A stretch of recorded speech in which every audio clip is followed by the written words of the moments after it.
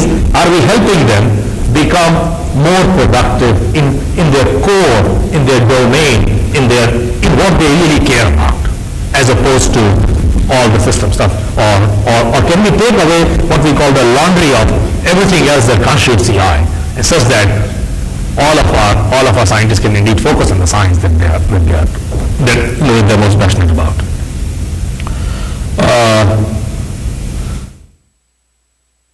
This is a chart, a little confusing chart, but I will explain it. I'll take a minute to explain it. It basically helps you see,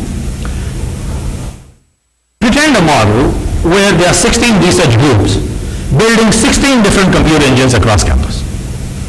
So that's option A. And option B, if you build all these 16 people, bring them together into a shared system, are they better off or are they not?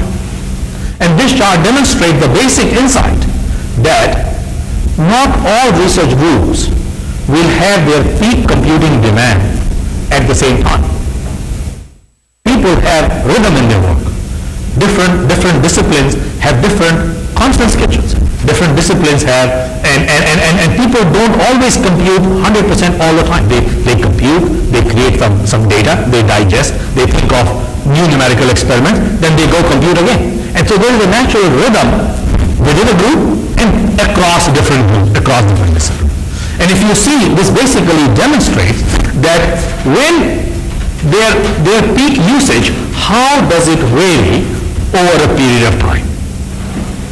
And this is real data from a real machine of 16 different groups. And it demonstrates very, very clearly that all of them, by 16 groups coming together, with of course core funding from central IT organization and core funding from other parts of the university, how all 16 are able to use a far larger share of the machine when they need it the most. And that's the value proposition. Forget about the headache of running 16 different systems and the time it takes and all of the other savings that you have. It's simply, if you take away the entire value proposition of the core system services and core services in terms of application cores, if you simply focus on the fact that you can use more capacity if you come together, it's a little bit counterintuitive, but data proves it again and again.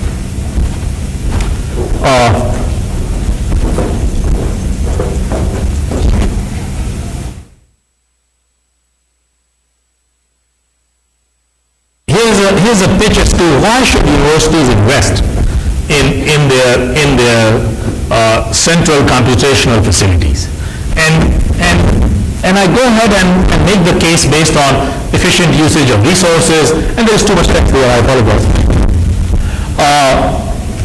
It's certainly driven by efficiency. It's certainly driven by the fact that the more computational resources get built, the more computational thinking will find its way across larger and larger number of disciplines. I was very pleased to see that an undergraduate class in communication here joined us for lunch. They could see how to communicate science to the broader public. But clearly from social sciences to life sciences to engineering to physical sciences, if you want to drive computational thinking deeper and deeper into undergraduate stack, you need more and more facilities. There is no way around it. We're talking about workforce development. In all my travels, I find constantly companies, whether it is Procter & Gamble, whether it is Boeing, no matter who you talk to, there is a distinct shortage of people trained in using computational science tools and techniques. So that means we at universities need to put more of our energy into training people at the intersection of systems and at the intersection of domain knowledge, such that people who are coming out are able to, when they join a place like Procter & Gamble or Boeing or GM or so forth, they are able to bring their insight into what kind of decision those companies will make, such that they are more productive, such that they can be more productive, such that their dollars go farther. All these companies today operate in a global environment, right? They operate in a highly competitive environment. They have to compete with their counterparts in in Europe, counterparts in China, and so forth, right? So they want to be able to, they cannot build a $100 million system. They will frequently build $5-7 million systems, even as little as a few $100,000 systems, right? And their decisions are shaped by computational productivity. And given the enormous impact multi-core architecture is going to have, it's important for us to train people who can help drive better decision making, which is driven by value, at American companies across all industry verticals. There isn't an industry vertical today that cannot benefit from increased compute capacity. And so it will have an impact on workforce. And I do believe industrial output, not as much of it happens in the US.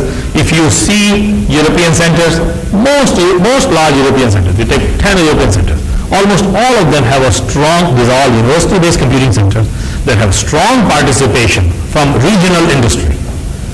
They actually believe computing to be a contact sport.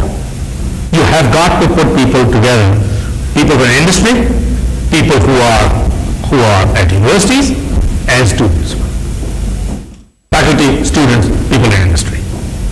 And I was struck by the number that 60% of compute cycles from a top computing center in China go to industry.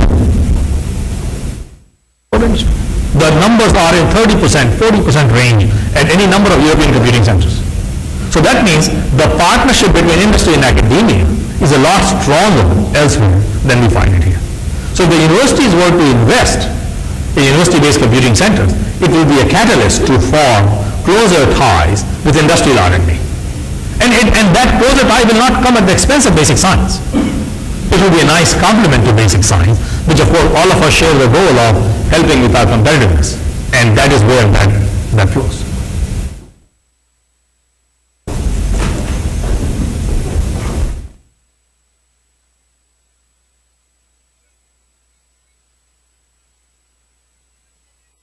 I give a ballpark number here, and the number matches roughly with our other speakers. I suggest that over the next few years, up to at least 25% of the people will begin to use computing in a real way.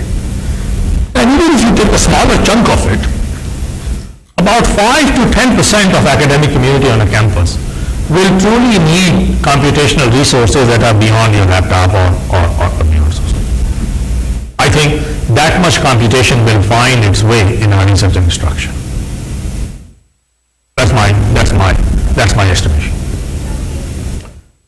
And what I say, this 10% segment, they generally tend to be drivers for a disproportionate share of research grants. So again, it's just sort of an estimate that if you were to, for a typical university that has operating numbers in that ballpark, I would say that that's the kind of investment, and that's an annual, yearly investment, that there is a strong case for such an investment, year after year after year. Which part it comes from, how it gets put together, it's something that will work itself out at different universities in different ways.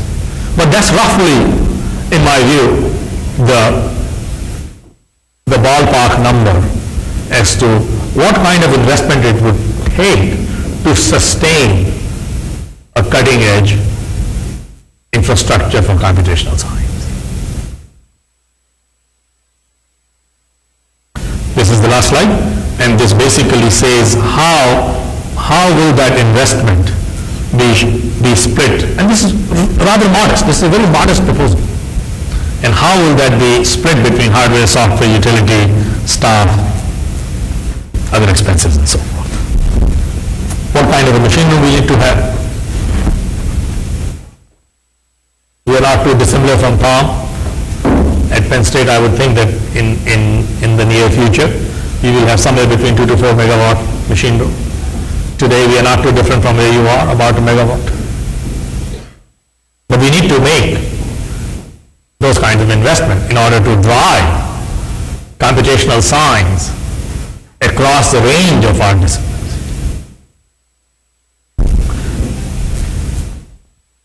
And with that, I thank you. If there are any questions, I'll be happy to answer them.